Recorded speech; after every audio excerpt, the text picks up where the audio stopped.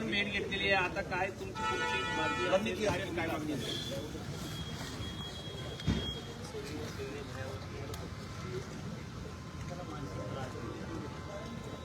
काय करतो खूप वर्षात मी आता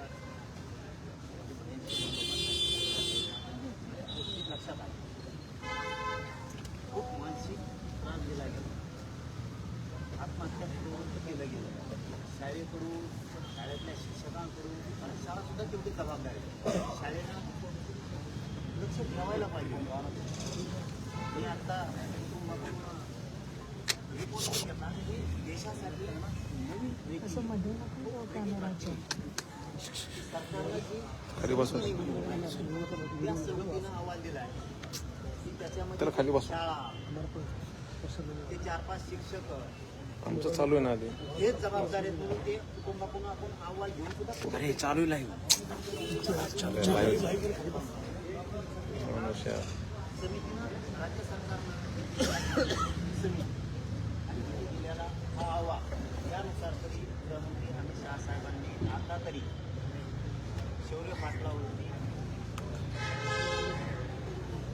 मरणोत्तर तरी अन्याय होऊ नये ही आमची आज तरी अपेक्षा आहे. सगळ्या आरोपींना अटक करून त्यांना फाशीची शिक्षा पर्यंत त्यानंतर कोणत्या शाळेवरती सुद्धा कारवाई होणं गरजेचं आहे. पुरावे नष्ट करण्याची खूप शक्यता आहे. आरोपी जर अटक केली जर असं झालं नाही आणि 8 दिवसाच्या आत असं तर उद्या नाटक करायला पाहिजे, पण 8 दिवसाच्या आत जर आरोपीला अटक केल्यानंतर नावीला जमतं आम्हाला 8 दिवसानंतर सगळ्यांना एकत्र येऊन पुढील आंदोलनाची तारीख करावी लागणार. त्याला आमचा नावीलाज आणि एक गोष्ट मी त्यांचे मिशनरीचे पोस्ट अध्यक्ष असतील किंवा पोस्ट आदर असतील त्यांनी सुद्धा सांगणं खूप गरजेचं आहे की आरोपी नाटक करा. त्यांनी उलट साक्षीदार या प्रकरणात व्हायला पाहिजे की शौर्य पाटलाला मानसिक त्रास देऊन या 4-5 आरोपींनी त्रास देऊन हेच त्याला जबाबदारी ती हत्याची आमचं आत्महत्या आणि त्याला म्हणणारच नाही आहे ती हत्याची. आणि असं झालं नाही तर एक गोष्ट त्यांनी लक्षात ठेवावी की राज्यात आणि राज्याच्या बाहेर दिल्लीच्या बाहेर सुद्धा महाराष्ट्रापर्यंत आसपासच्या राज्यात यांच्या उपशाखा आहेत. आम्हाला पुन्हा नाक दाबायची वेळ येऊ देऊ नका. आणि गृहमंत्री साहेबांना माझ्याकडून खरंच विनंतीपूर्वक सांगते की मी आज तुम्हाला साहेब म्हणून कारण मला जरी माझ्या समाजाच्या लेकराला न्याय पाहिजे त्याच्यात मला तुम्ही जातीवाद आणून येत अशी माझी अपेक्षा की मराठ्यांचं लेकरू आहे म्हणून जर केंद्रीय गृहमंत्री अमित शहा साहेब जर न्याय देणार नसतील तुम्ही याच्यात बी जर जातीवाद करणार असाल तर पुढचं आंदोलन आणि पुढची भाषा ही तुम्हाला मग परवडणारी नसणारी. मी सांगतो मी आज न्याय आणि न्यायाच्या भूमिकेतून कुटुंबाच्या वेदनेशी मी एकरूप म्हणून फक्त अपेक्षा करतो अशा गोष्टी महाराष्ट्रात जर अशी चुकी केलेली असती ना तर देवेंद्र फडणवीस साहेब गृहमंत्री ताबडतोब कारवाई करून आरोपीला अटक करतात. इथं काय प्रॉब्लेम आहे का भारताच्या बाहेर आहे का दिल्ली ही कोणती सिस्टम आहे?